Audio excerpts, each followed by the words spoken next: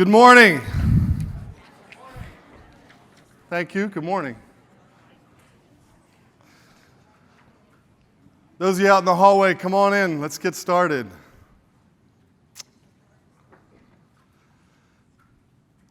Well, welcome to the 14th Annual Working to Walk Science and Advocacy Symposium. I'm very, very glad that you're here. We've been working for quite a while to get ready for this, so thank you for coming. Over the next couple of days, you're going to be subjected to a lot of science, a lot of ideas, and a lot of plans about that science, and also a lot of stories. Stories from the science that is being told by the science, and stories from our community, our SCI community.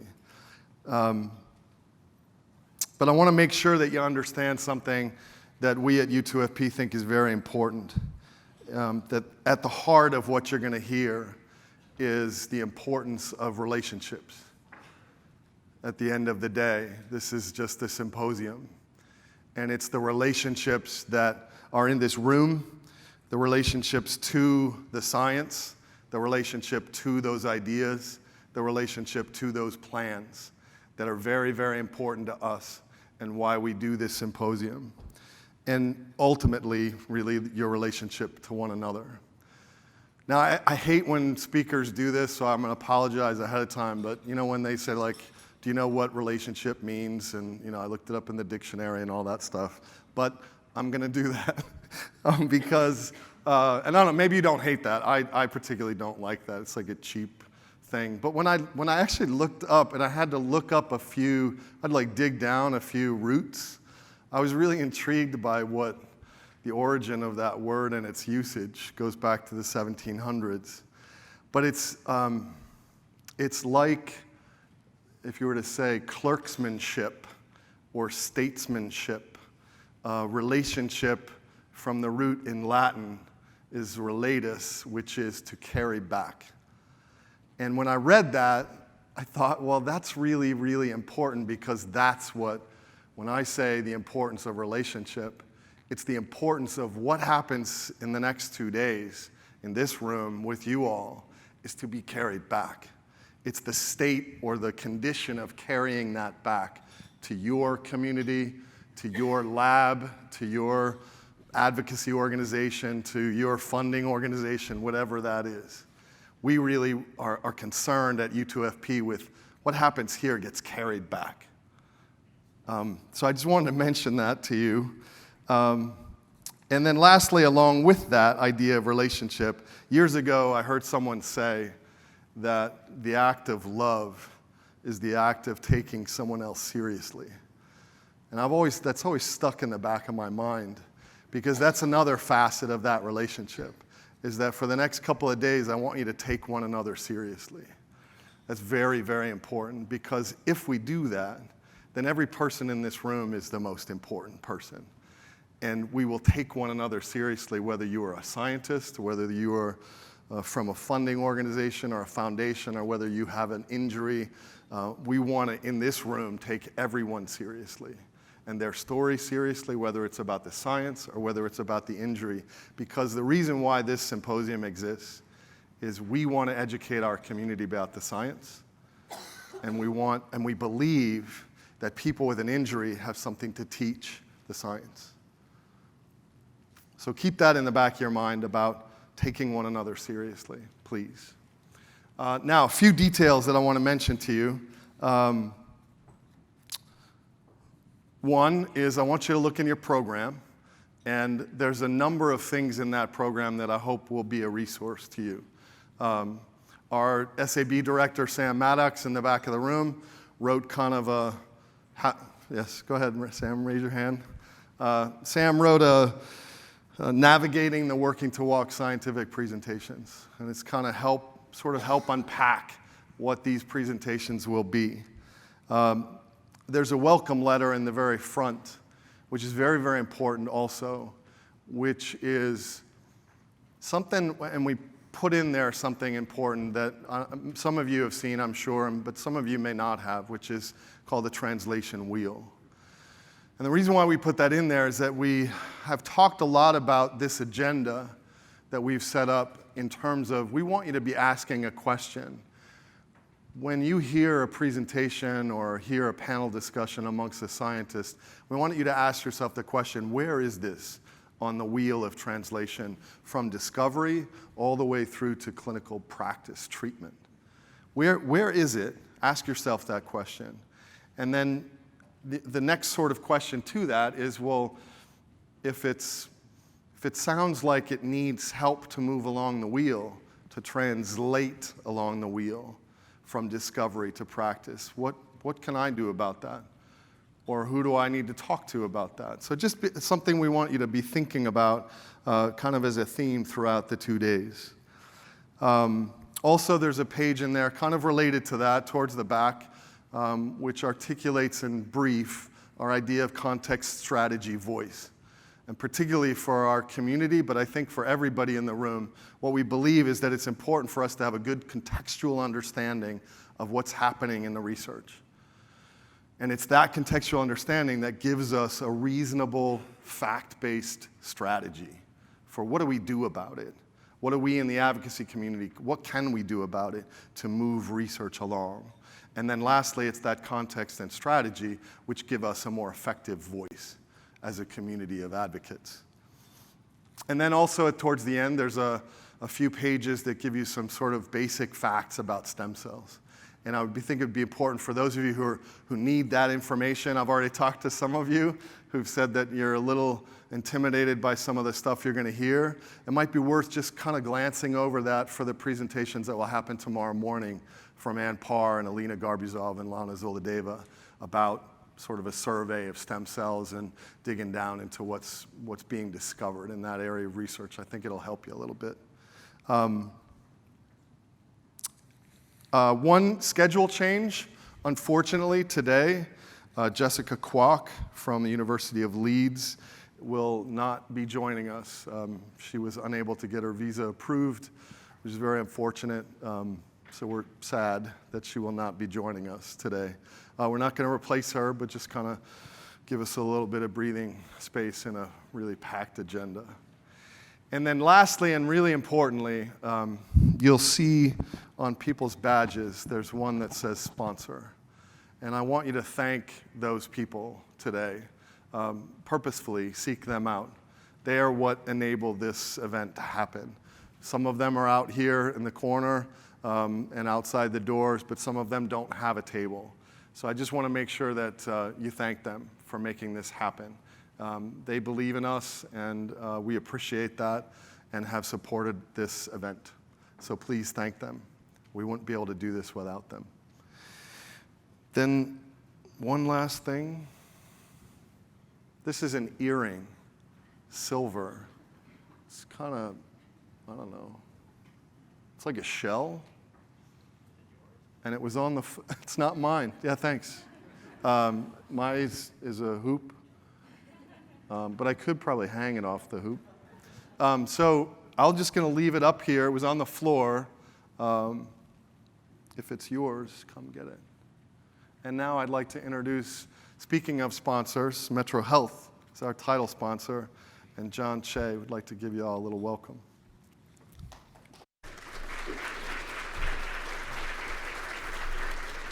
Well, good morning, everybody, and welcome to Cleveland. So my name is John Chae. I'm the Vice President for Research at the MetroHealth System and Professor and Chair of Physical Medicine and Rehabilitation at the Case Western Reserve University School of Medicine. So as a federally designated spinal cord injury model system and a level 1 trauma center, the MetroHealth System is very proud to be a title sponsor of Working to Walk 2019. So, we are here today as representing multiple communities, clinicians, scientists, community advocates, investors, and most importantly, it's a spinal cord injury community with a common goal to fight paralysis. However, as smart as all of you are, none of you is really that smart. So if we are to succeed, we need to do so by being transdisciplinary. That is, we need to link arms and exchange cognitive and behavior DNA. Now, Matthew talked about relationships a lot, so don't overinterpret that statement. To that end, I encourage you to engage one another, exchange ideas, learn, and then, as Matthew says, translate. If it doesn't get out there, it means very little. Thank you for coming to Cleveland United to fight paralysis, and have a great symposium.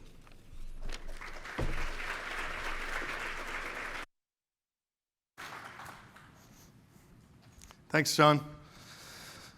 2015 in Minneapolis, Minnesota, was a culmination of a lot of advocacy work in Minnesota amongst the SCI community to pass the first $1 million appropriation for spinal cord injury and traumatic brain injury research. 2 years later, as a result of some of the successes we had in that passage, it increased to $6 million and still continues to this day. And we've funded a lot of projects. But one of the first projects we funded was the E-Stand trial, whose primary investigator is Dr. David Darrow, who I'm introducing now. And we are glad that we did that because a number of people have been the beneficiaries of that study. And you're going to hear about that right now. Thanks, David. Thank you.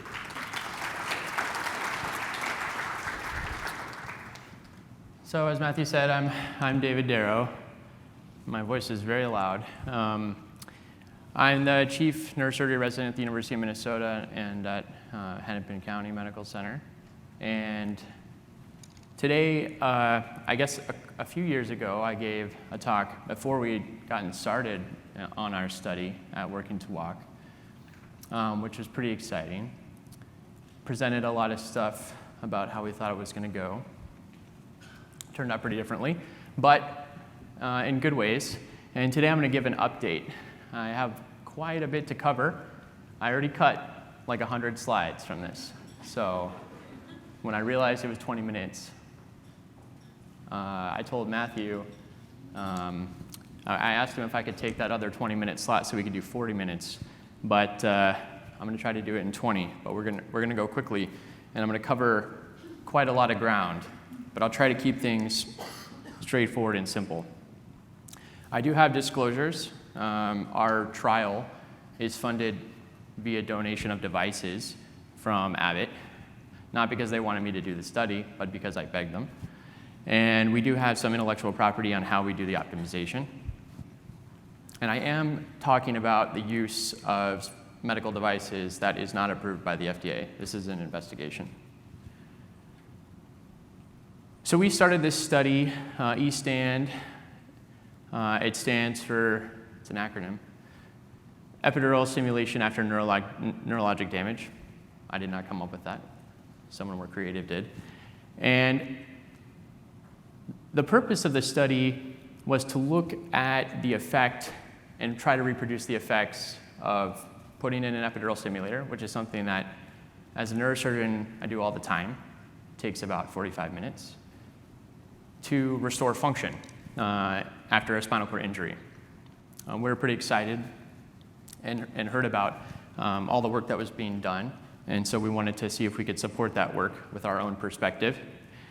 And we had three main foci for our study. One was just reproduce the findings, so if this was a true effect, which we were wondering at the time, how true it was and how it worked, whether or not we could make it better with some optimization, which is something that I work on in neuromodulation in general for the brain, and whether or not this is an effect that we can distribute widely, whether or not it generalizes to everybody with spinal cord injury, some people with spinal cord injury, and whether it can, this kind of treatment can be done for regular people living regular lives. And that's the effectiveness.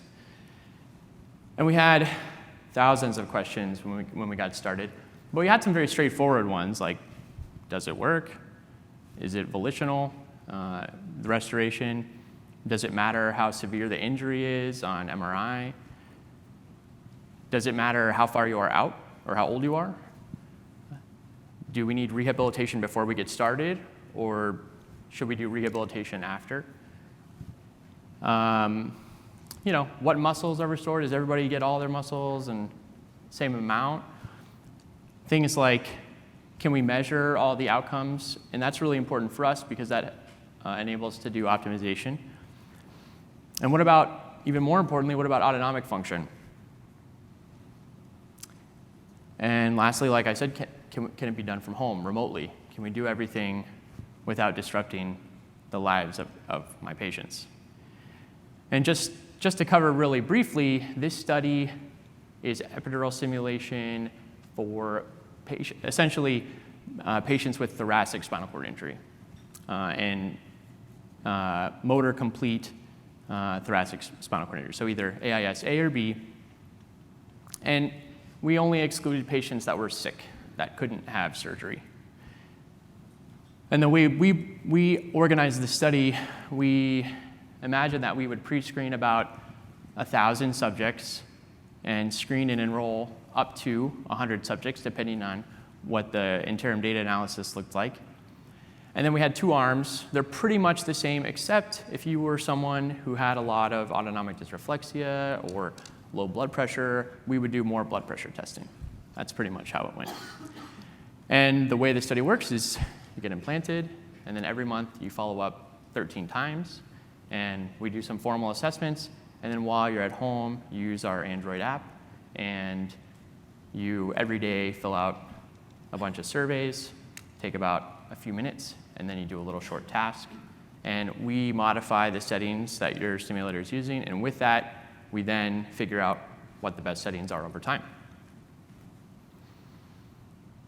So if you look at our pre-screening results, we have greater than 900 people that have applied for the study in 2 years and change. And if you look at the levels, the spinal cord injury levels of those that have applied, you can see that we have a nice cervical level spike and then low thoracic spike.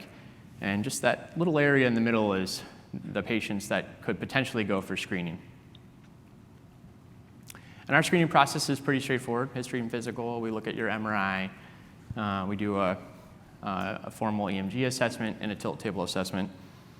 And we only screen when we have spots open in the study, device is ready to go, and surgery is scheduled. And so we've done 31 patients. About 77% have been male.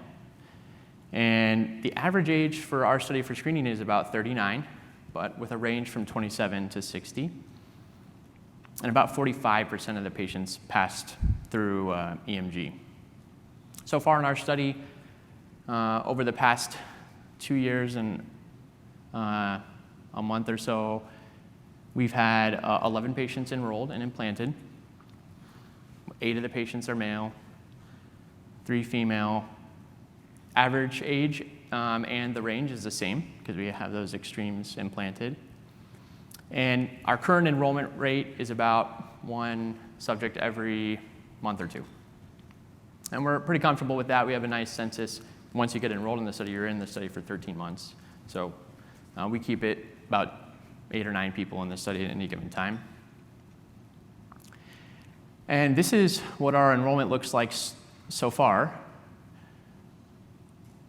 Sort of the average level is about T5, from T2, T3 down to T8, T9. And the average time from injury is about 6.3 years, but a maximum of 17. And all but 1 of our subjects is AIS-A, so the most extreme injury. And pretty much all of the MRIs kind of look like this. Really severe injury radiographically.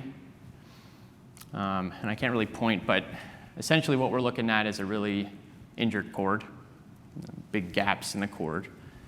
And this is just looking at someone sort of from their side. But the point is that we've been surprised by the severity of the injuries that we've screened based on MRI. So I'll just show you some preliminary results and cover at a very high level. So for motor function, Go up. this is our last patient that last subject that was implanted. And this is the day after surgery. He went home the same day of surgery. And then relax. I went to a hotel. Good. And this is pretty much what we see in every patient, more or less. So we turn it on, it's immediate. It's that simple. He's an A, mid-thoracic injury, and not too many years out, but had no spasticity, no movement on any testing. Put the stimulator in, and this is what we see when we turn it on. And you can measure those movements of the muscles with EMG, and we see, these patterns of responses beforehand. Usually there's not much unless there's some spasticity. And when we ask them to move, more or less, they're able to generate some response. And you can quantify these changes over time or across patients, and we see massive changes in the amount of power that you can generate. But it really just comes back to that video. What you saw is pretty much what we see. And if you look at the muscle groups are on the bottom axis, different muscles, and on the y-axis, up and down, is us asking them to do a task. So flex your hips, flex your ankles, right side, left side. And what you can see is without stimulation, there's not really much of a pattern of activity. It's pretty much the same throughout. And then when we turn stimulation on, we start to see a pattern emerge corresponding to what we're asking. It's not exactly what we want to see. It's not complete restoration, but we see modulation of the power. And this is kind of, this is what we see during testing across patients. Time-locked movements when we ask. So we're pretty excited about this, and in our mind, the way we think about it is once we are able to set the stage and provide some movement, then that's when all the real hard work begins. Surgery is a couple hours. That's nothing. But the hard work, rehabilitation, which we all heavily believe in and know that it works, is really where it starts. And our study is not about rehabilitation. The question that we had was whether or not epidural spinal cord stimulation had an effect, what that effect was, so that we could separate that from the rehabilitation effect. And that's what our study provides. You can see the results. We don't do any rehabilitation before. We put a stimulator in, and these are the results. Subjects are free to do the rehabilitation that they already do, but we don't do any real extra rehab. We just do a lot of testing and optimization. That's what we focus on. But we are excited about where things are heading once you have a spinal cord stimulator, and we're not rehabilitation experts, but we do have an understanding of the chronic SCI situation, right? If you're 17 years out, you may have reduced bone mineral density, you'll have muscle atrophy. And in those situations, we want to do rehabilitation that's safe and effective. And generally, for my lab, we're always focused on how we can do it from home to make it easier, because things like this are really expensive, and that plays a large role in whether or not people can do it and who can do it.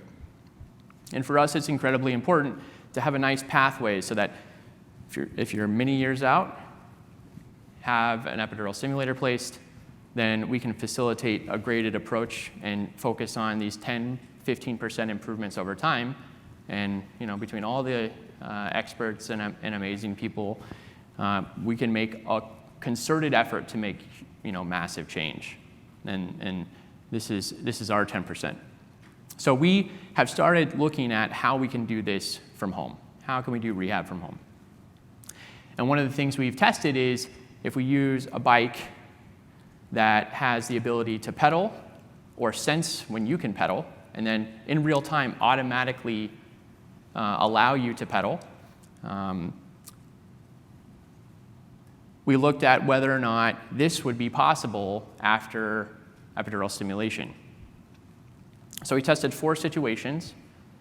One is with the stimulator off and then on, and then the other is us asking to try as hard as you can or to not try at all. And so between those two, there's 4 possibilities. And what we see is if the stimulator's off and they don't try, there's not a lot of movement. They can't really pedal, and the bike just moves itself. And the same thing is true if we ask them to pedal as hard as they can with the stimulator off.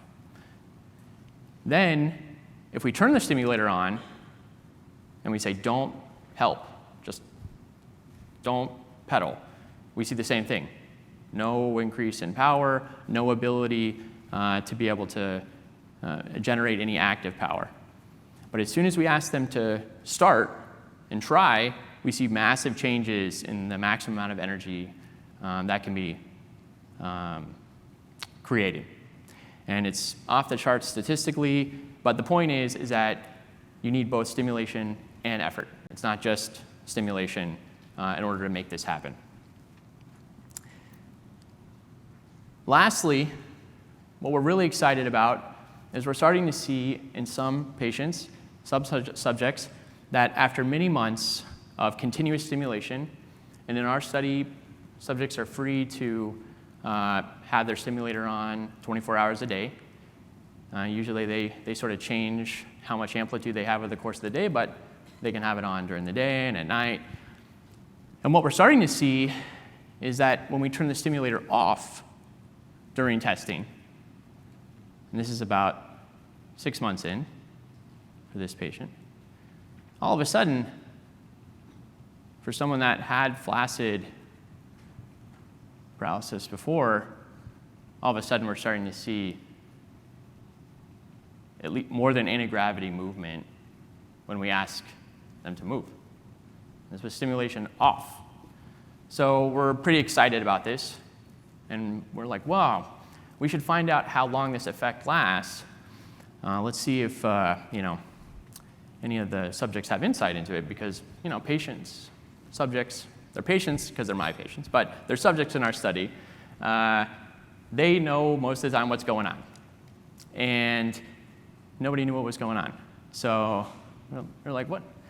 And it turns out that nobody's ever turning the stimulator off, so they don't know how long it lasts. But we're trying to figure that out a little more carefully now. And we're starting to see the effect more in our quantitative analysis, even before we're seeing it in person. Now, the videos are really cool for motor function, but we are particularly focused on autonomic function and have a lot of collaborations to support that. There are not going to be any videos for bowel, bladder, or sexual function. But we have a specific interest in autonomic function, and particularly we really started because of our collaborators, Dr. Phillips and Krasniakov, really going after autonomic dysreflexia or cardiovascular dysautonomia. And what we learned was that even in thoracic injury, which usually doesn't have as much autonomic dysreflexia, we were still seeing really high percentages of subjects that we screened exhibiting orthostatic hypotension with a simple 10-minute tilt table. Everybody comes in, they say, oh, I do standing training every day, 20 hours a day. And I'm sure, yeah, okay. And then we tilt for 10 minutes, and blood pressures are plummeting, And the percentage of subjects that we were seeing this with was really high, except they weren't really that symptomatic. They have, a lot of compensatory mechanisms built up, but you can see sort of examples of this. The first subject, very low injury, showing no changes in blood pressure, either systolic or diastolic, but still, even in that person having, a pretty significant increase in heart rate. Second, another subject that had no idea that there was any change in blood pressure during tilt, does standing every week, and we see, not only massive drops in blood pressure just during 10 minutes, but also a really high increase in heart rate.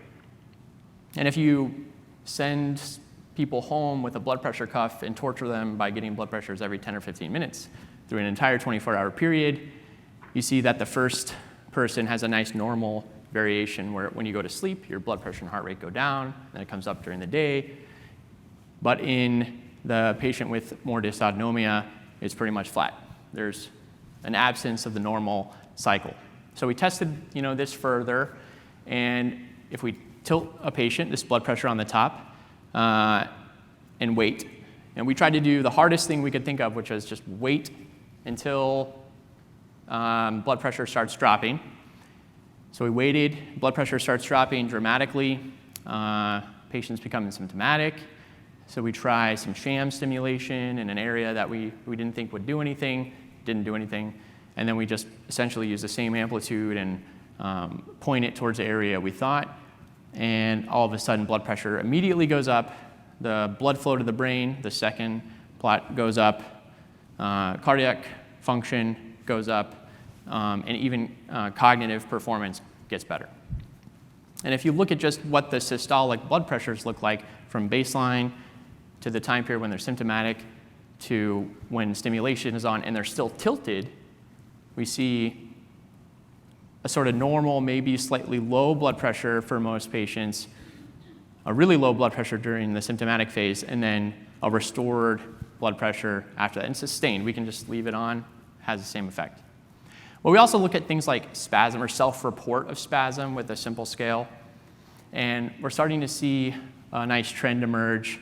The data is very noisy, but as more and more patients come through the study, we're seeing a nice robust trend during the course of the trial. Now we can turn on stimulation really high and spasms go away completely. But we're talking about just at home when they have it on really low settings, are we seeing the spasm go away? And it seems like we're seeing it just kind of leave for most patients.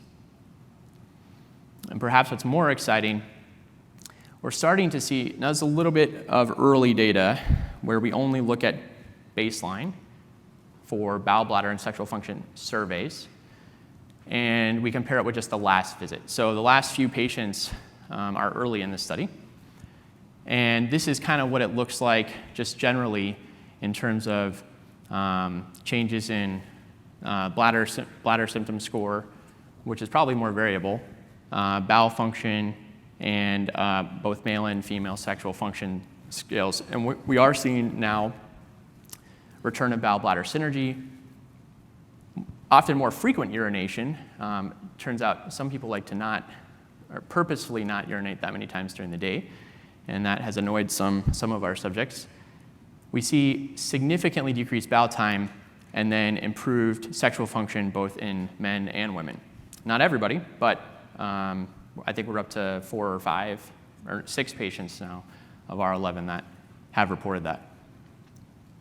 Lastly, I know I'm running out of time, we are really focused on optimization, and the reason is because there are just so many dials to these systems. You can change them in billions and billions of different ways, and there's sort of 2 ideas here. One is that we have to find sort of the generally right settings, but another is that every patient is a little bit different. And so how are we going to take that into account in real time? And then the third idea is we're already seeing patients change over time. Neuroplasticity of some kind is taking hold. So how do we adjust for that as we move forward in time? So it's a really hard problem to solve. And we have made tremendous strides in being able to handle that problem and see convergence rates, meaning optimal results in about 3-4 months, depending on the patient, at least in the parameter space. So what frequency, what pulse width to use, and personalized. And then the question that people say is like, well, is optimization even necessary? Can't we just kind of ballpark it and guess? And to some extent, yeah, you can kind of ballpark it and guess. We're all human, right? I mean, most of us are human. So I think if you start with a generally reasonable area, that's true. But if we just change one parameter, just the frequency, we see dramatically different results, nonlinear results, where instead of being able to lift the leg, we're seeing the foot flex. And so we think that optimization is like, 50% of the problem. We need to be able to personalize this. And as patients are in the study, we're able to build models of every single patient, look across patients, and look how similar they are, but we can tailor it to them. If we're just looking at volitional movement, for all the different patients, they're all different, but we see trends that are emerging. And because of the way we do it, we can also capture other outcomes simultaneously and see how those look. For example, volitional movement versus spasticity or versus transfer, we're able to capture these just by a simple survey. And we do a lot of validation statistics that support what we're doing. So just in conclusion, so we're seeing that epidural spinal cord stimulation seems to partially restore volitional movement. We see big movements, and there's some control. It's not perfect, but we're just really getting started. We've only been going for a couple years. We're seeing massive effects on the autonomic function side, and this is a much more complicated system, but we're also seeing very dramatic results. So we're excited about that because, at the end of for every patient at the end, towards the end, I say, what would you miss most? And at first, when they're in a study, everybody is so excited about the movement because it's, that hope. And then, but at the end of the trial, they're like, oh, it's bowel time. It's bowel time or spasticity. That's what people are most excited about because, if it goes from an hour and a half to 10 minutes, that's a big deal. And that's what people are excited about at the end. We're starting to see, or I should say, the topology of the imaging just doesn't seem to matter right now. We see really, really ugly scans, and it just doesn't matter. We get better, or it's completely variable what the results are right now. We have patients that are excellent more than 15 years out. And so I think that's hope for future studies that are trying to recruit generalizable patient populations. It seems to still work. We see that the stimulation facilitates rehabilitation. It allows us to use better tools to move the marker. And then we believe, based on what we're seeing, that optimization is necessary and quite possible. And that we can do this quantification and show it. Now, my work is supported by a ton of people now. And we have really great collaborators and people as part of this study. Some of them won't give me their picture, but that's a different problem. But we also, and in my lab, it is a requirement that every engineer interacts with patients. That is, if you don't want to interact with patients, that's totally fine. You just can't be in my lab. Because it's a dramatically different problem sitting in front of MATLAB or coding than it is seeing someone and having that motivation to make things better. And it's critical that that relationship is facilitated both ways. So every single one of these people has seen patients and interacts with them on a regular basis. And we are supported, like Matthew said, by the Office of Higher Education. We have a grant from U2FP, and heavily by the University of Minnesota and Hennepin Healthcare. Thank you so much. Thanks, David. And thanks for mentioning that last thing. That's relationship in action. So keep that in mind. The other relationship is, and why Dr. Jack Martin is here, come on up, is a good segue, is the relationship between what's happening in clinical studies and what's happening in preclinical studies and how they can inform one another. So please welcome Dr. Jack Martin. Thanks.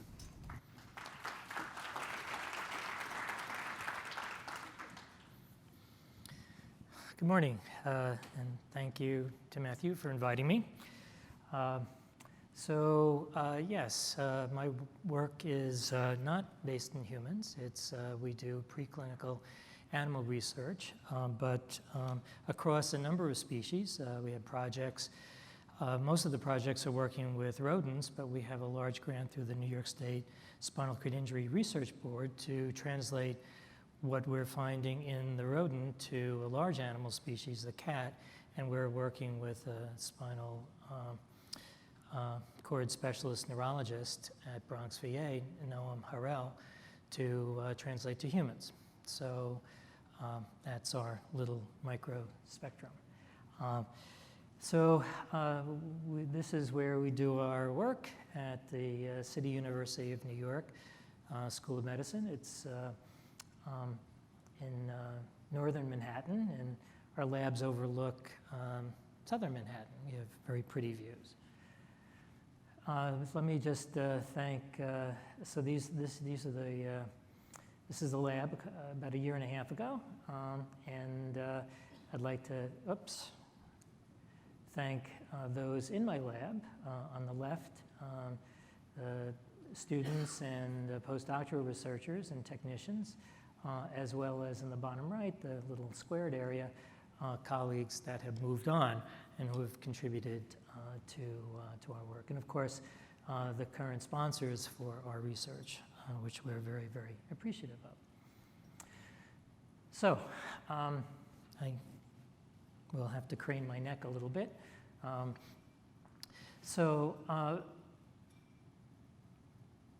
Spinal, I'm sorry, I'm hedging a little bit because I don't actually see the slides well. But the main goal for a lot of the spinal cord stimulation and neuromodulation of the motor systems is to activate spinal activity after an injury. And this is certainly an important aspect of the approach. But my lab has a somewhat different perspective, and that is to look more at the neurobiological changes that occur with stimulation, acutely and chronically. And so we're looking for kind of long-term persistent effects, especially with chronic stimulation. Actually, would it be all right if I just step down here? Because I have the walking mic. It'd just be easier. So we're looking at the effect of stimulation in modifying cellular processes to produce durable changes. And so in nerve cells, in particular circuits within the spinal cord as well as connections between the spinal cord and the brain, we're looking for biochemical changes in neurons that are tweaked over the long term by stimulation. Axonal outgrowth, that is not regeneration per se, but sprouting of spared axons.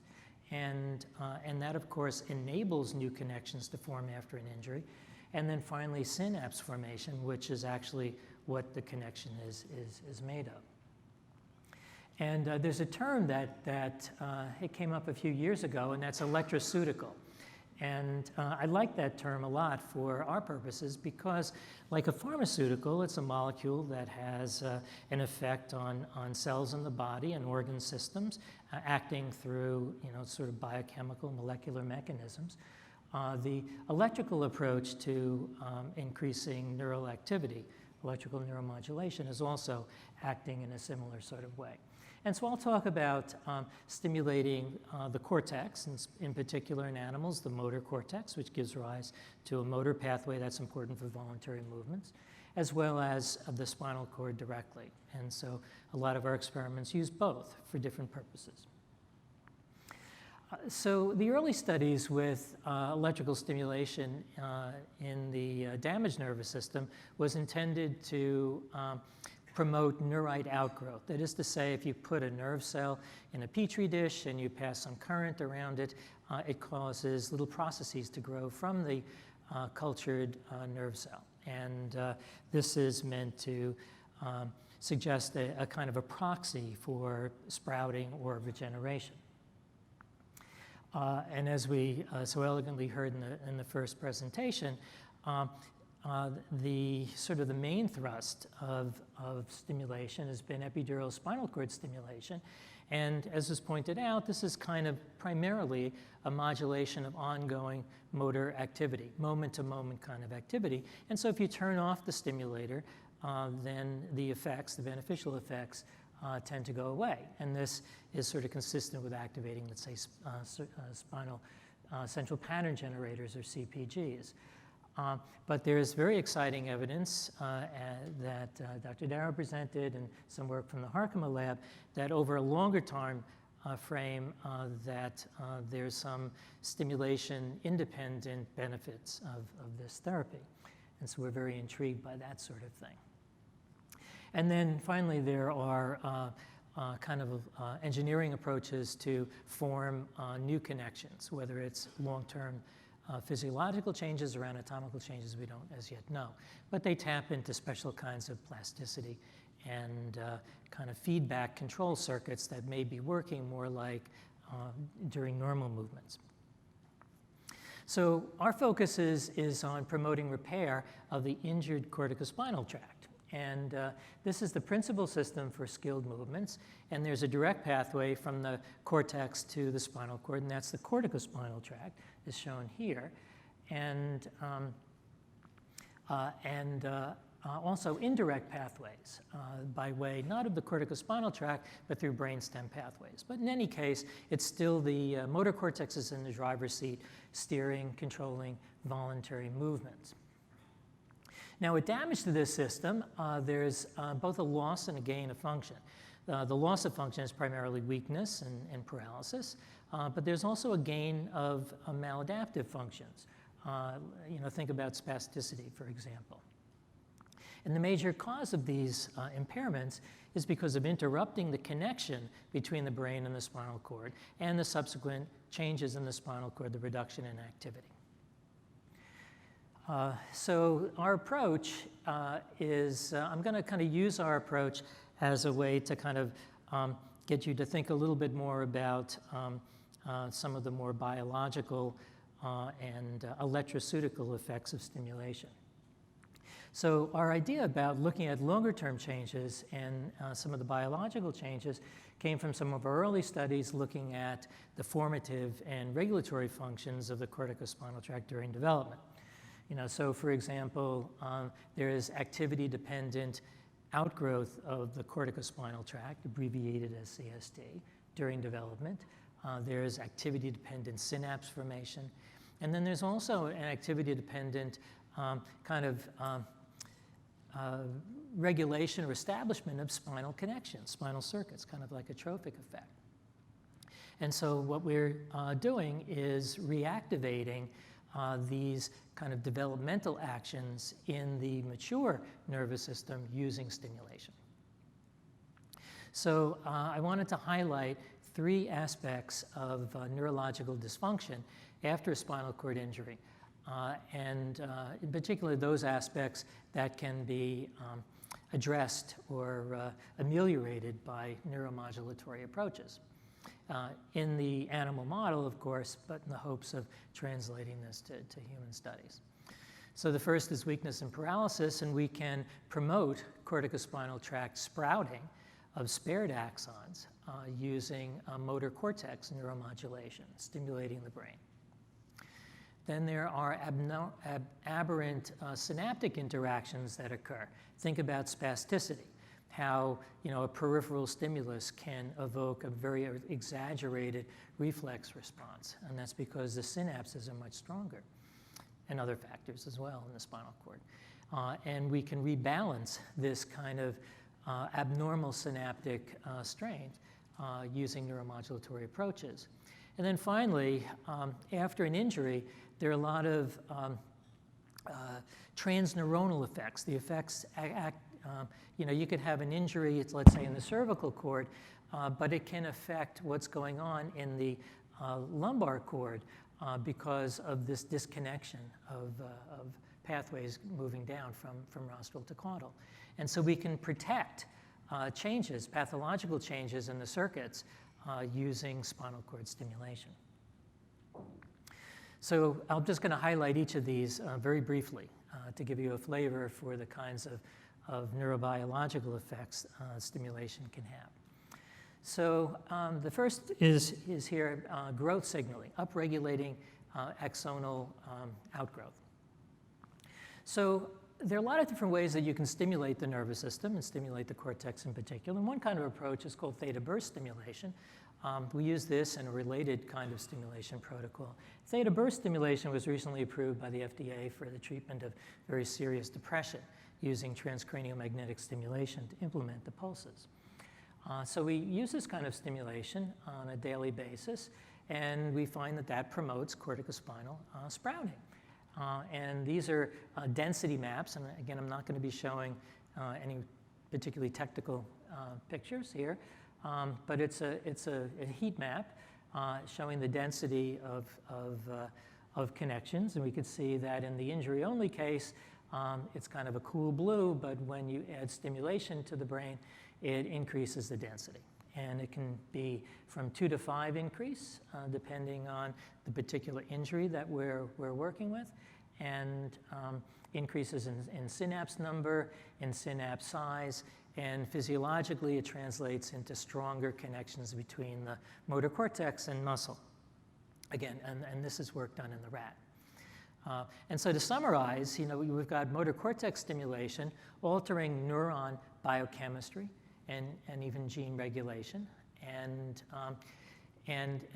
we use, this doesn't come through very well, but there are a few like little bright dots in the bottom left-hand panel, and those are corticospinal neurons that have been kind of turned on by epidural motor cortex stimulation in order to promote a kind of outgrowth that's a growth marker. And this translates into axonal outgrowth in the spinal cord and larger synapses, synapse formation, and in our animal models, recovery or partial recovery of skilled motor functions.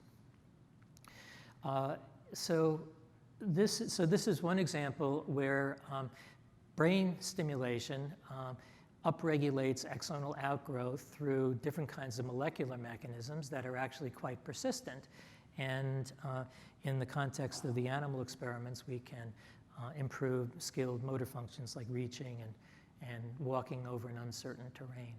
And our model is that above the level of an injury, you've got lots of connections coming down from the brain, as evidenced by these vertical blue and red lines, and the arrows going into the spinal cord, meant to indicate connections into the spinal cord.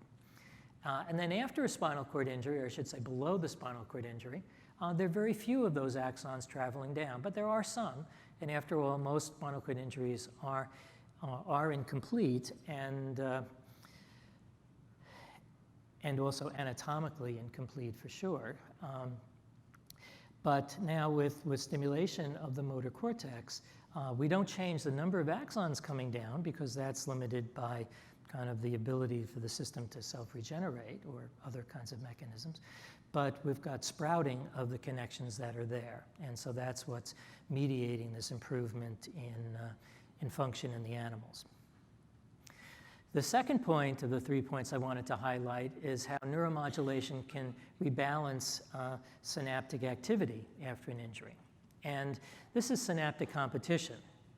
And forgive me for the kind of cutesy picture here, but I was looking for them in the web, and it looked more interesting than a tug of war. But imagine we have in the intact spinal cord a kind of a competition between sensory fibers coming in from this muscle and periphery, and we have connections coming down from the brain. And there's a kind of a balance here, right?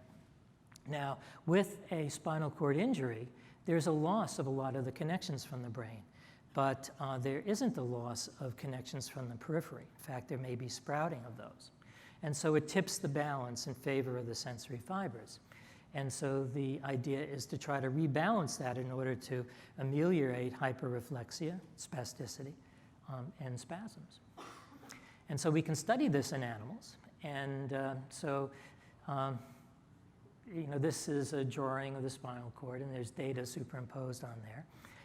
And the sensory information is color-coded. And in the intact side, this is a model of a unilateral injury. They're kind of weak connections, and it shows it's kind of yellowish-blue. Now, on the injured side, there's sprouting and increased strength of connections coming from the periphery. And that results in the animal model in hyperreflexia. And when we electrically stimulate the spinal cord chronically, we can ameliorate this and shift the balance more towards the intact side, where we're not improving, we're increasing we're not increasing the number of axons coming down, but we're increasing the strength of those corticospinal axons that are present. And then the last point I wanted to highlight to emphasize the kind of biological and diverse aspects of stimulation is spinal cord stimulation, preventing kind of a nerve cell loss after an injury. And so I've been talking a little bit about brain stimulation in order to promote sprouting in the corticospinal system for voluntary control. But for this aspect of spinal injury, it's a DC, direct current stimulation. It's a tonic kind of stimulus. And for this experiment, these electrodes are on the surface of the animal's body, either the mouse, rat, or cat, and an electric field is created throughout the spinal cord. And in the rat, we can use a high-resolution MRI and computer modeling to determine where the current is flowing within the spinal cord. And so the little red spot is just part of the cervical spinal cord, which we were intending to activate. And this has a lot of kind of strengthening effects of the corticomotor system. So why would we want to use this? Well, of course, we could use this to promote activity in order to improve rehabilitative functions, and we're studying this. But this is a very intriguing and unexpected finding. So signals coming from the brain synapse on interneurons as well as motor neurons, and in order to activate muscle. And it turns out that these connections to interneurons are probably denser and stronger than those to motor neurons in humans as well as animals. With the spinal cord injury, there's a reduction in those connections coming from the brain. That's why I drew these lines thinner. But the interneuron is pale, and it's pale because there's a large reduction in the number of interneurons. And interneurons are different classes, and they seem to go. It's not like they just disappear and come back. They're permanently lost. And if we combine stimulation, DC stimulation, with the injury, we can make those interneurons less vulnerable to the injury. And so if we just look at the last little data picture, these are pictures of the spinal cord, and those little red hot spots shows the density of interneurons within a particular part of the spinal cord. And so we can see in the control situation, there are two hot spots like eyes on either side of the spinal cord. Now, after a unilateral injury on the affected side, there's about a 35% reduction of this one particular class of interneurons. You can talk about if anybody's interested in it. But now, in the third panel is a separate cohort of rats that received transspinal direct current stimulation, and they did not show this reduction in the number of interneurons. So, and what the evidence is pointing to is that by beefing up the activity of the spinal cord after an injury, that we're able to protect neural circuits from maladaptive kinds of changes. So electrical stimulation can be strong medicine, activating different biochemical pathways, gene regulation, that sort of thing. From the standpoint of kind of motor, anatomical, and physiological outcomes after an injury, we can modify these cellular processes that seem to depend on activity. So we can modify these activity-dependent processes after an injury to produce a durable, permanent kind of structural sprouting, increase in connections, and also long-term physiological changes. This leads to improvement of motor function in the animal models. There's a reactivation of this developmental growth program, and we find that stimulation parameters are critical. And kind of going back to Dr. Darrow's talk about optimizing for spinal stimulation, it's not just a matter of turning it on and hoping that it'll work. There are actually very subtle things going on that we have to learn about. There's activity-dependent synaptic plasticity and synapse formation, taking the form of a kind of synaptic competition. But we also have to think about the loser in this competitive interaction. And if we're stimulating the brain we might, it might be beneficial for the connections from the part of the brain that we're stimulating, but other connections may suffer because they're going to be less competitive because they're less active. So we have to have a more nuanced perspective about where and when to stimulate as well. And then finally, supplementing activity of the spinal cord, especially right after an injury, can abrogate spinal interneuron loss. And yes, it does increase spinal cord activity. So just things to sort of think about, some critical questions. Target engagement, and that's very general. What part of the nervous system, when we stimulate from, let's say, the surface in a non-invasive way, what part of the nervous system are we activating? What cell types within that part of the nervous system are we activating? As basic as that sounds, for most of this we don't really know. What are the mechanisms? We've tapped into some of the molecular and genetic mechanisms, but it's just the tip of the iceberg. We need biomarkers of efficacy. If it takes 6 months to a year to figure out if one stimulus parameter is better than another, then it's going to take a long time to really optimize. And while we can hunt and peck around, it's still, the more we know about the basic science, the better. And then finally, we want to scale in a translational context. It's one thing to be able to take a mouse or a rat nervous system and get sufficient sprouting to get it to walk a little bit better after an injury. It's quite another thing to get a cat where you've gone an order or 2 orders of magnitude almost increase in size of the spinal cord compared with a human. That's it. Sorry. Yes, thank you.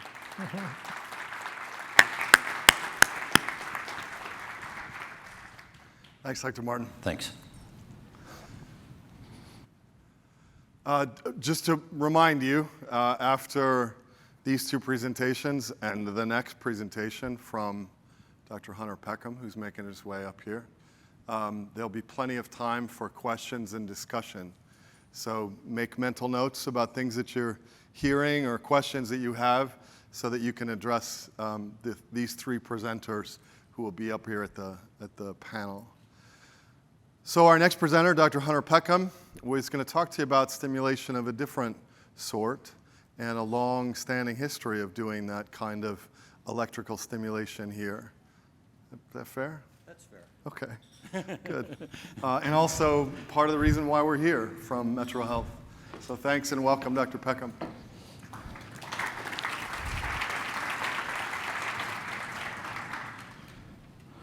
Okay, thank you very, very much. We are so delighted to, I want to repeat the welcome in a way, slightly different way. Let's see. We're delighted to have you here in Cleveland. We turned off summer on Tuesday and turned on fall just yesterday. That happens this time of the year. And those of us who have sailboats in the lake kind of bemoan this time of the year, right? Jen keeps telling me, move to Florida. So this is my first time in participating in Working to Walk in person. I'm really delighted personally to be able to be here. But I want to say that I don't feel like a first timer, right? Because Megan Moynihan and Kim and Dennis, you're all at the same table. How come you're not spreading out? Have been here before and have told me, and when we had the opportunity to host Working to Walk, we were really excited. And what we really wanted to do, is tell you a little bit about the things that we're doing that maybe are not as clear to you, and the results of translation. Now, we've talked a little bit about that in the previous meetings, but we wanted to show you where we are, and so we're very excited. And I feel like the opening act for the panel that Kim Anderson has put together with some of the research participants and that are in our programs and other programs. So. Cleveland has, as you've probably figured out, a very vibrant activity related to spinal cord injury. We have both a veterans and a civilian spinal cord units. The head to the VA are here. So could I just have a show of hands of people that are involved in spinal cord injury here in Cleveland, the investigators? So, you get an idea. There's a this is sort of the tip of the iceberg. That doesn't mean these are cold people, by the way, but basic and applied clinical researchers, and so this is a great place for us, and it's wonderful to host you. The other thing I wanted to say is about our student volunteers. So where are those student volunteers? Are you in the room? Raise your hands. Oh, there they are. Okay. Some have blue shirts, not everybody. But when Matthew asked, are there a few volunteers, 5 or 6 volunteers that can help out at this meeting, I told him, Matthew, you don't know these guys. I mean, they'll be slow in coming in and the responses. I tell you, within 1 hour, I had 11 volunteers. He said, I was only looking for 5 or 6. So I said, Matthew, all of these people have to be here because most of them, I'm going to give you an assignment now, okay? I'm still professor. So most of them are new graduate students, not all of them, and they're just starting their research careers. And their curiosity is high, their enthusiasm is high, and they have a lot of opportunities, okay, for their future. So the assignment to the audience is to convince them that their lives can be most rewarding if they spend that on areas related to spinal cord injury. So I want you to talk to everybody here, and I want you to talk to those guys and make sure that they spread out among other tables.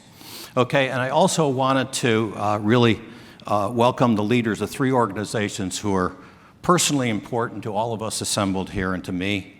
The NIH is represented here, the FDA is represented here, and the Nielsen Foundation is represented here. Nielsen Foundation, I think, is the 2nd largest funder of all spinal cord injury research in this country now, right? But this, in addition, the Nielsen Foundation has given us the opportunity to create a new model for translation that I'll say a couple of words about in a few minutes, so we personally appreciate that. And the last people I want to welcome and bring to your attention are 2 people that you might not know. Probably some of you know. Cleveland people know them. Jackie Mesco and her daughter Jennifer, who are sitting right over here. Raise your hands, guys. So I want to tell you about these guys. When we started our program in Cleveland, so that's a while back for me, okay? We had our laboratory directly on the spinal cord unit, and the hospital didn't have air conditioning. So this is a long time ago, right? Everything is air conditioning. Okay, so I had the only air conditioner. And in those days, the length of stay for a person with a spinal cord injury, for a cervical injury, would be a year, right? Now it's, 30 seconds. And so, my laboratory became the meeting room for all of the guys, and of course they were mostly guys, and I wasn't all that different in age than these guys. And there was a head nurse, Coletta Hazel, who was wonderful, but she wanted to be sure that I fully understood the impact that a spinal cord injury had on a person, so she made sure I could do transfers and change catheters and do bowel routines and pack pressure sores and so forth. So the research was taking place on the lab, and we were immersed in the unit. It was the best experience, and I think all researchers should have that kind of experience if they are going to be working with people with spinal cord injury. So the point is that the research was not a mystery to the users, and I was faced, and others were faced with the everyday real challenges. Thank you. Thank you. I saw Jack struggling there. Everyday real challenges of people living with a spinal cord injury. And when it's there in your face, you think, how can I impact that? And that changed my lives. Well, back to Jackie, and one of those guys who found that air-conditioned lab a really nice place to stay when it was hot was Jim Jadich. He became he had a spinal cord injury, C5 AJA, spinal injury, but he became a very close colleague and friend, sort of the brother from another mother, as we say. Jim and I were research colleagues for many, many years. he was really sort of the most selfless person from the most selfless family that I can ever imagine in participation in research. They lived about 30 miles south in Akron, and Jim and his dad would come up to the laboratory and participate in almost anything. So he was truly a research pioneer, and he was injured in 1977, and he started research with us in 1978, and kept that up until 2013. In 1986, he was the first person to receive an implantable neuroprosthesis for hand grasp. That became the freehand system, which Maria Sutter, Maria's here, Maria will demonstrate in Kim's session. So the Jadiches were through it all.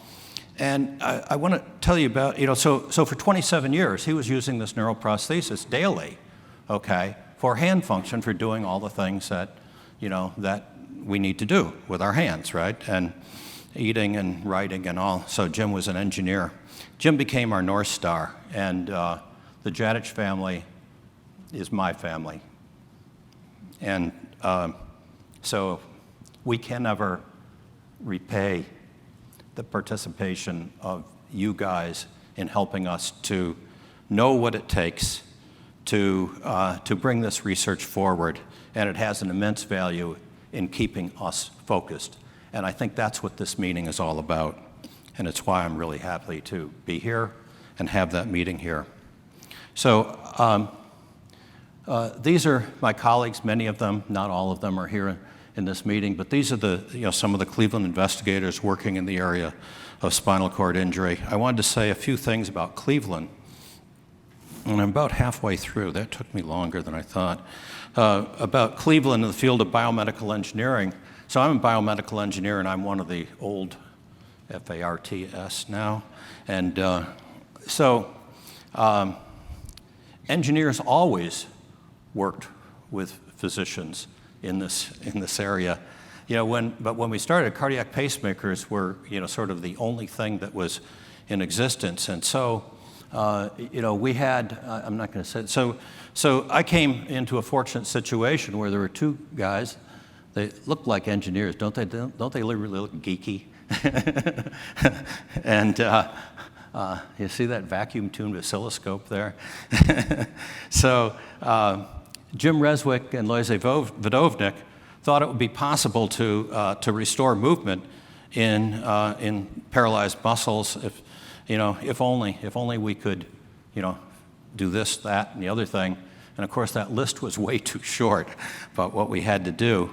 But that became 50 years of discovery and understanding that started here in Cleveland. It was really a very fortunate set of circumstances for us, is that we began this activity called neural engineering, a subset of biomedical engineering, here with Cleveland being sort of one of the epicenters, maybe the epicenter for that work. And so the other message that I'm trying to give is these fundamentals that what Kim is going to be showing you are based on a long, long history of understanding how to electrically activate the nervous system in a safe way and make it extremely relevant to the users. And the users are active participants in that. It's research participants, right? It's research colleagues. And so we got to jump on this area because at NIH, I was telling Brooks last night, at NIH, a center director, Chae Frank, who is then at NIN CDS, before the two institutes separated, imagined how electronic devices could be used to address some of these challenging neurological disorders. And he envisioned engineered solutions. He was a neuroscientist, okay? He envisioned engineered solutions, neural interfaces. This is from the website. Neural interfaces that operated at the intersection of the nervous system and an external device, that is a neuroprosthesis. And this is an artificial extension to the body that restore or supplement functions of the nervous system. So he realized that a lot of specialties would be needed because this was not something to be solved by, mechanical engineers or a doctor or all, that you had to bring these people together. And he assembled the Neuroprostheses program that brought all these people together from engineering and science and medicine and the relevant fields of medicine and microelectronics and all the things that were needed to enable the things that are going to be shown in the panel to happen. The things that are going to be shown by the research participants that are in the panel that Kim assembled. And all this had to be figured out from the ground up. It was pretty tough. So in Cleveland, we started, this is Jim. This is Jim. Me with my aviator glasses. See, that's a while back. Okay.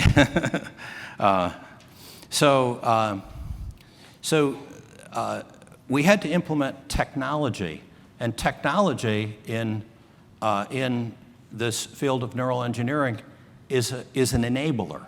It is not the focus. It's an enabler to achieve the clinical applications.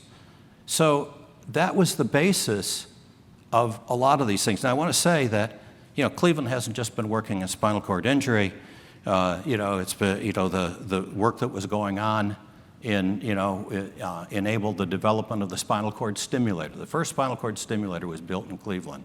The Neurox breathing device that is going to be demonstrated in the panel came out of the research in Cleveland. Other things as well.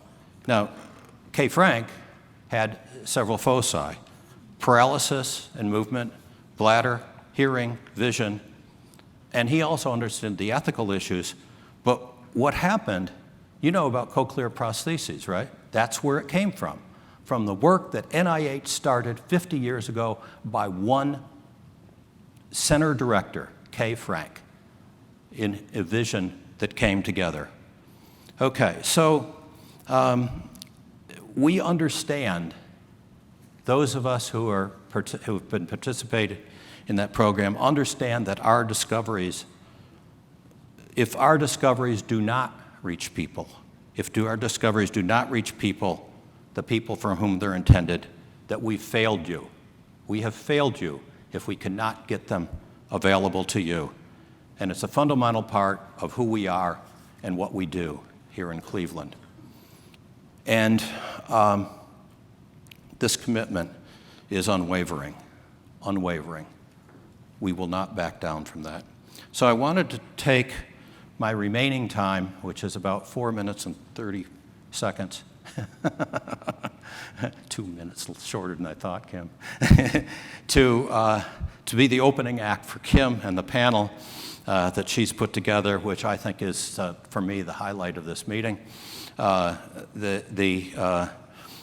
so I want to start out, okay, so I forgot to say some things, okay? We didn't note that Jim was a co-author on this paper talking about the freehand system. This was what date, 1989 or so?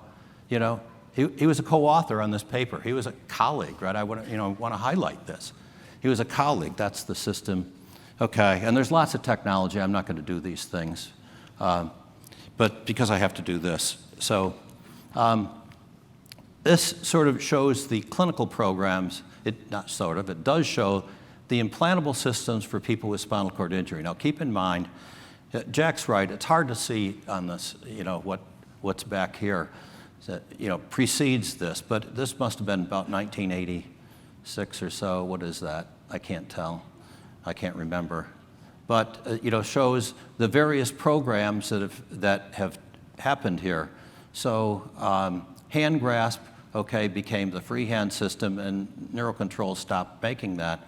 Bladder and bowel system, standing, walking, respiratory assist, which became an approved product. This became an approved product. This became an approved product, but those two were taken off the market. Cough systems. These things are going to be things that we're going to show you in the panel. But the point that I want to make with this slide is, if it's hard to do this, it is really hard to do those things in red. That last stage of translation is extraordinarily challenging and difficult, to move things from onesie-twosies demonstration of things working in a human person are hard enough. That is really, really hard. That last stage of translation is extraordinarily hard. And one of the challenges that the spinal cord injury community has is that even though these things demonstrate great promise, the number of people, thank goodness, is small with spinal cord injury.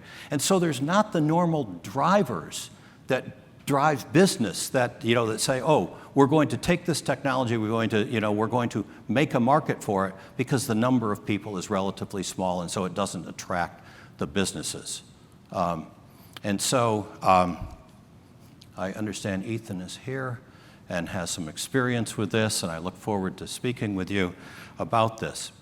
So, and the point that I want to make now is that we developed a model which is a nonprofit to sort of incubate these things further through this spectrum of things to get things out the door.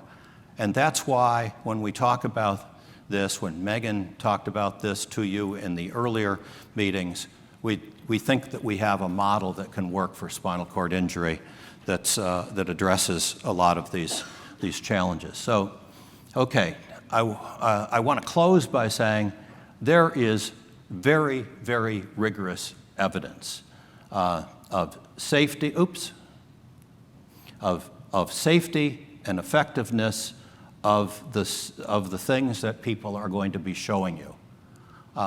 My experience has been that the first time you want to try this, you're going to be told that it won't work, and the second time, even after it works, you're going to be told you can't do it again. And then the third time, you say, well, we're going to take this out to other centers, you're going to be told it won't work, you can't train other centers. And the third thing will be, well, you can't get it through the FDA. All those things are false.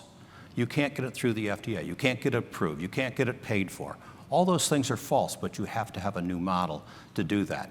And this community needs to think about that for all of the things that we're talking about over the next couple of days, because we need to have strategies to get tools, these tools for you people, okay, just for people with spinal cord injury, not you people. How do I turn this damn thing off? Oh, it's like my alarm clock. Okay, that was 5 minutes? Oh, 0 minutes. Well, my clock was right then. Okay. All right, so these outcomes are meaningful. They're meaningful. They improve independence, quality of life in basic functions. And I think that you'll see that. But this process is one where there are many, many hurdles. And these hurdles are hard to jump through. As I was saying, you need to have, to get through this, the regulatory process, all the way across, into the ultimate FDA approval and devices. This is my last pitch to say this is the Institute for Functional Restoration, which Megan Moynihan, Megan, raise your hand, is the executive director of, and Kim Anderson is the associate director of. And so talk to them about what we're doing on this process. And the model is really incubating technology further through so that we can make an available product approved for and reduce the burden of the industry in taking that on. So I'm not going to be able to do that, Kim, sorry. Okay, that's sort of where we are. So I'd like to acknowledge all these people. And so thank you very much again for being here and giving us the opportunity to participate in this meeting.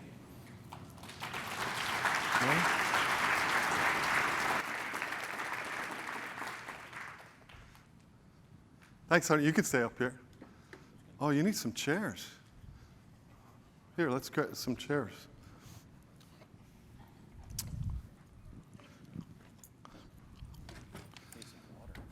I'll get you some. Okay, so now it's time for those questions of each of these three.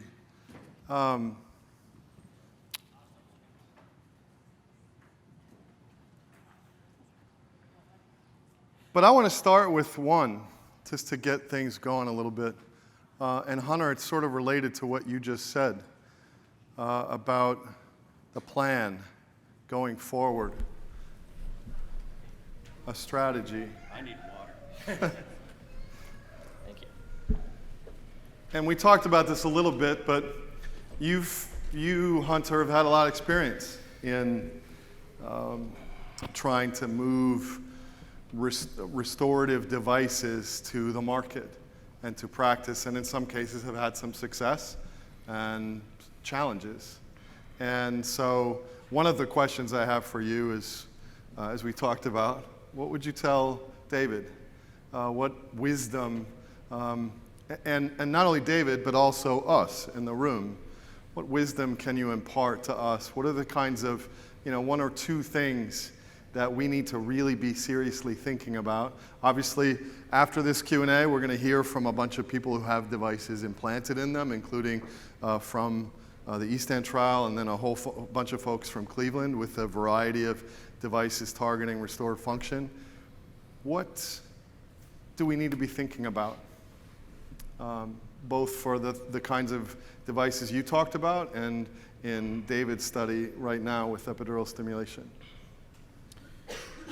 Is this microphone still on? This one's still on, or should I use this one? That one? Okay, thanks. Well, don't give up. Maybe it's, if I could pose it, it's sort of maybe I could think about what do I wish I had known then that I know now, okay? And, so Jack and I have a few more, years under our belt, let's say, of experience. And so I think one of the things that we learn is we're always cautious about giving that guidance unless asked for, and also I'd always be more than generous in trying to, but I think the more you understand about the entire pathway, starting from the very fundamental discovery to the business. I didn't put that business thing up. The business things, the greater the probability that you're going to be successful, okay? Because the hurdles don't seem to get lower; they get higher. And when you're sitting there doing the fundamental research, you say, "Oh, this is really hard," right? And then you want to translate that first thing to humans, and that hurdle is big, right? And then you want to do that next hurdle of doing a clinical trial, and that hurdle is big, right? But you have to know what everybody wants to know across that whole spectrum. And so that would be the fundamental thing, is if we could share more of that and make that more available to people early on, in the program, and just know what you're up against. I think that you can design studies early on to answer questions that you're going to come up with later on with the FDA or with CMS that get the right answer. So why is CMS going to pay for something? Okay. Well, the studies that you do early on can help you to do that. Or you're going to have to worry about electromagnetic this, that, or the other. And if you could do studies early on to address those, then those things you can check them off more easily. And of course, the other thing is, do a really good, careful, design, statistically relevant, meaningful outcomes is sort of the obvious one. Thanks, Hunter. David, any comment to that? No problem. Right? I think it's sort of like it's interesting because early, I got a lot of luck. I got very lucky early on, I think, and it's really challenging to balance being, well, in my case, a resident, but early investigator, for example, and being able to balance that convince people that you can do it, funders, and then simultaneously shoot that high, having a really good outcome, doing extra work to make sure designs are, because part of it I think is you end up learning so much of it by necessity as you're sort of going through the process. But it's a very difficult optimization problem because the things that you have to do early on are just so different than the things that you have to do later. So trying to pick out those things, I think Matthew's like, what is that one thing? What is that one picture you can click and then it'll take you to this special website? It's what is that one thing that can really change your trajectory? And it turns out it doesn't seem to be anything, it's everything, start to finish. You have to really be extremely detail oriented.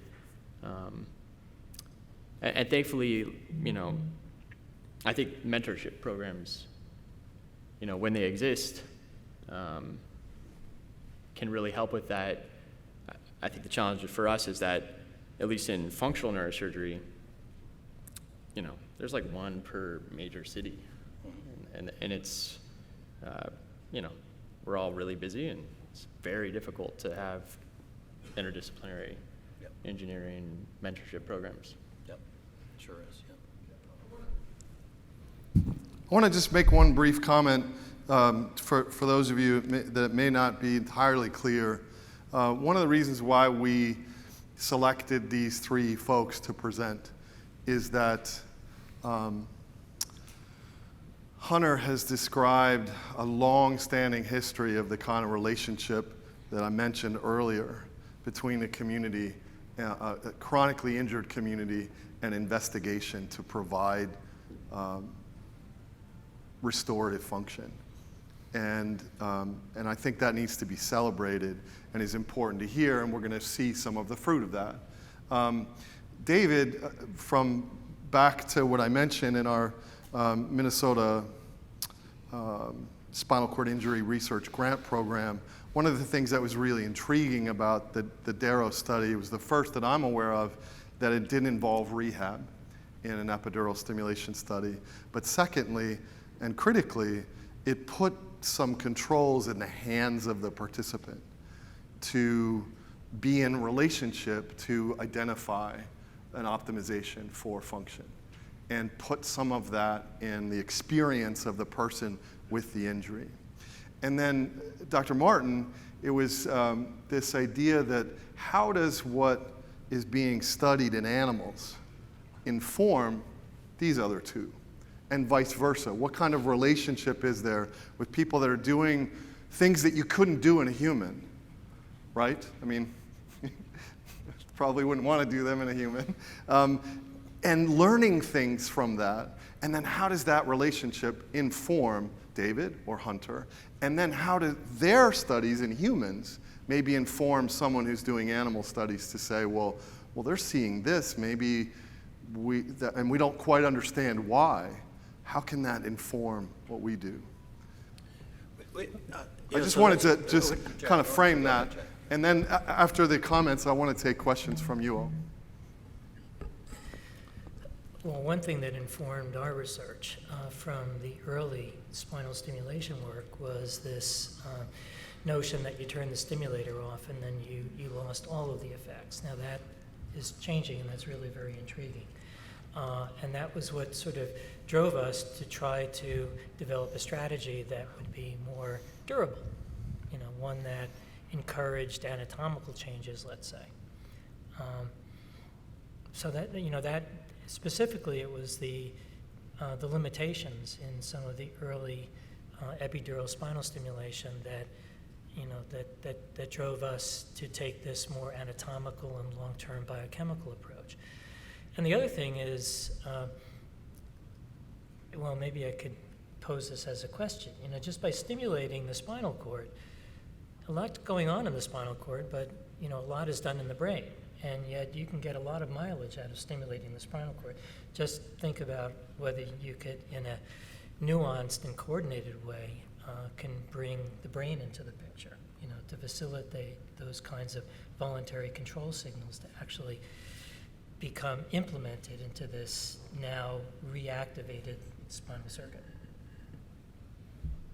Yeah, we definitely have big plans for the long run relative to that, but I completely agree with you. The potential is tremendous. One of the challenges, I think, in my mind, has to do with the devices.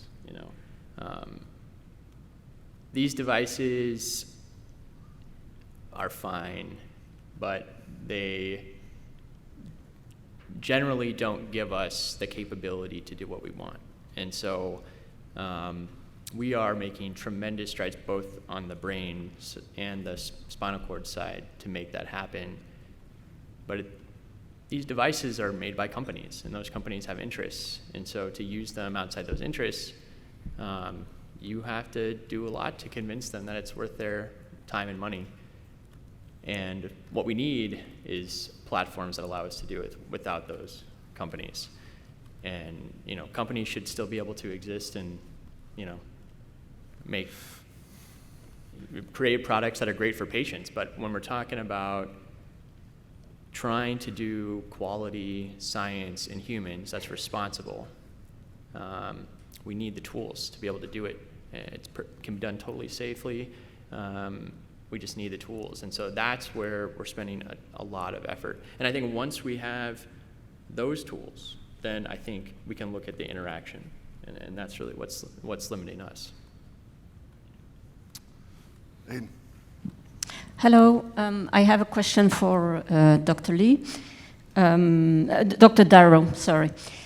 I was here 2 years ago, and I think it was Dr. Lee, if I'm not mistaken, who presented about the previous step just before E-stand. Mm-hmm. I must admit that today I'm a little bit disappointed because during the presentation 2 years ago there was a lot of excitement. Mm-hmm.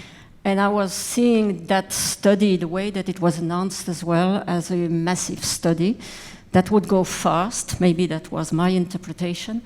But I'm a bit disappointed by the pace of it, because I see there are only 11 patients or subjects that have gone through the experiment. I'm also a bit disappointed by the results, and I almost have the feeling that you are disappointed by the results. Maybe I'm wrong, but the outcome measures that you show are not very precise. I was hoping for some more details about, for example, the autonomic improvements. Mm-hmm. Maybe that's because you don't have much time to discuss about it. But the question is, what can we do to accelerate? Because I think it's really time to switch on the stimulator, and a lot of people are waiting for that. So why can we not go to another stage of the study that would make it more clinical and that would accelerate the pace? Because we know it's quite... it's not dangerous, so let's just go for it. I think the money is there in your program. So what's preventing us from going further and quicker?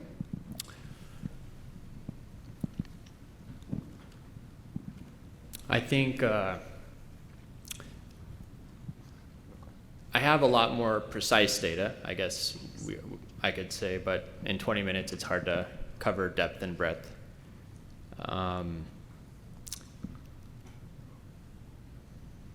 We do a lot in our study already with our optimization and looking at motor and autonomic, mostly focused on cardiovascular.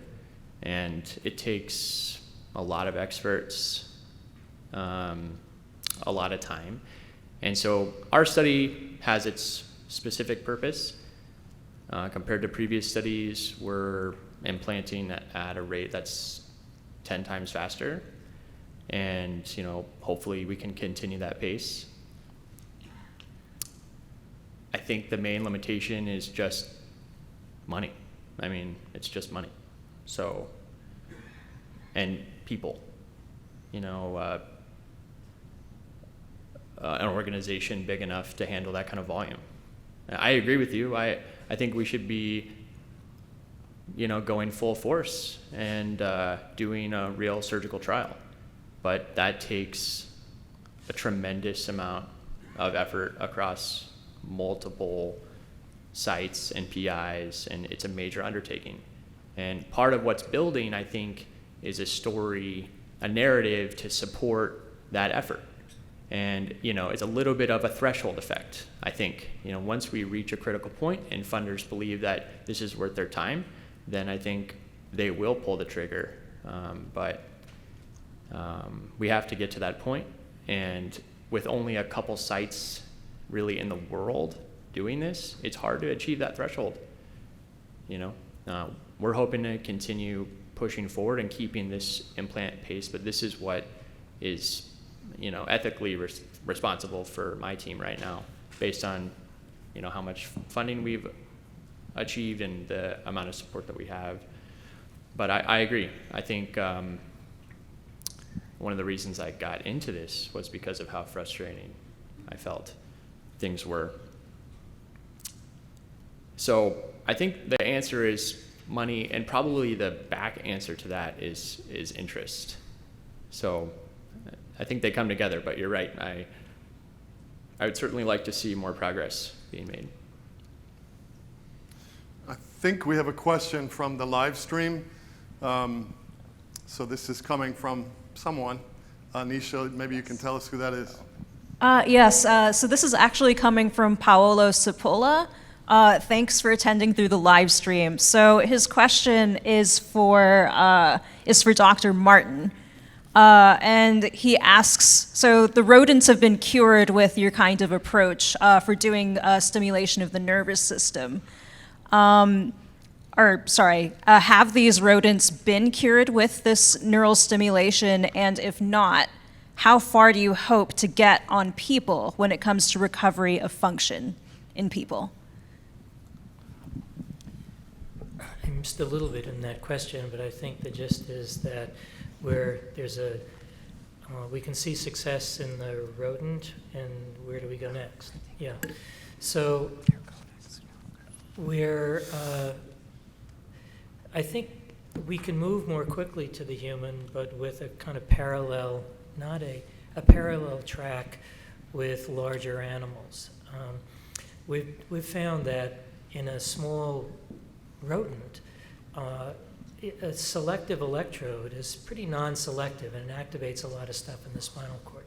And we now know in the cat, which is at least an order of magnitude larger, that we have to be more precise in terms of where we put our spinal electrodes compared with the rodent. And so that means that with the human studies that are really just around the corner, they're going to have to be very precise. And if it doesn't work, we don't want to kill the study because there may be value in it. It's just that we haven't done the right kind of experiment to show it. So I don't think that we should hold off on the humans, and we're not, because we have that phase of the New York State grant is starting this year. But we need to keep up large animal experiments in order to inform the human experiments as they're going forward. And then when the human experiments may not be working well, they can come back to us and we can design other large animal experiments. So it has to be a kind of a give and take. But what's fortunate about it is that a lot of it is minimally or non-invasive, and so we could move forward without serious hurdles in that regard. Peter, and then we'll have to end there. Yeah, my question is more with David and epidural stimulation. I'm interested to know, what would you do differently, right? Now, we talked about money being the barrier. In the introduction of your talk, you said, my original hypothesis to where I am now, I've learned a lot. It's a lot. Things are moving forward very differently. So let's say money was not in the equation right now, and you reflect back 2 years now from the original intent. What would you do differently, and what do you need now to really progress in what you're doing? Money is no object.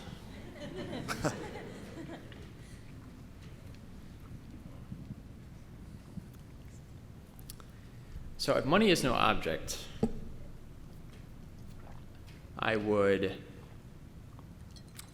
immediately switch to devices that probably have, I don't know, 5 to 10 times the increased spatial resolution with complete, balanced current waveform control, meaning I can put any stimulation anywhere I want with high resolution. And then I would have multimodal anatomic imaging for every single patient with full computational modeling, and allow me to specifically map every single nerve fiber that I can in every patient. And this is hours and hours and hours and hours of work with each patient, but that's what I would do, and I would do it at the biggest scale that I could do. Yeah. It's not, we're getting close with, we have other studies that are getting started, and we're getting closer. Like I said, the main limitation is the hardware. So we have some work being done to increase our spatial resolution quite significantly, and with a pretty decent system. But that's not the only thing I would do. I think I'm a neurosurgeon and focused on the engineering side, and I don't want to do this study by myself. I want to do it with a massive rehab partner, because that's what needs to be done. I can, in our lab, we can only handle so much from the place that we're at. But no, I definitely wish we had expert rehab and a basic science partner where, there will be problems. Not everything will work out. Something hopefully will work out is really the way it should be put. But having all that lined up and ready to go, that's what I think it would take to move it much, much faster and learn everything we could possibly learn about spinal cord injury and transform how this works. Second, I would talk to the FDA and I would say, we're going to do cervicals. And we're going to instrument cervical, thoracic, and lumbar spine. Because there are a lot of people with cervical injuries, and the results that we've seen so far suggest that that's the right way to go. So if money was no object, I think we could do a lot. Well, it's a good thing FDA is here, or someone from FDA is here. All right, we're going to have to end there and take our break. Thank you, everyone. But I want to say one thing before you step out. These folks are here today and tomorrow, and there will be opportunity for you to talk with them and ask questions you didn't get a chance to ask, or find out more. Corinne, find out, if you can, more specific data. So take advantage of the time while we're here. Thank you. We're going to take a break, and you'll listen for the chimes when we come back in.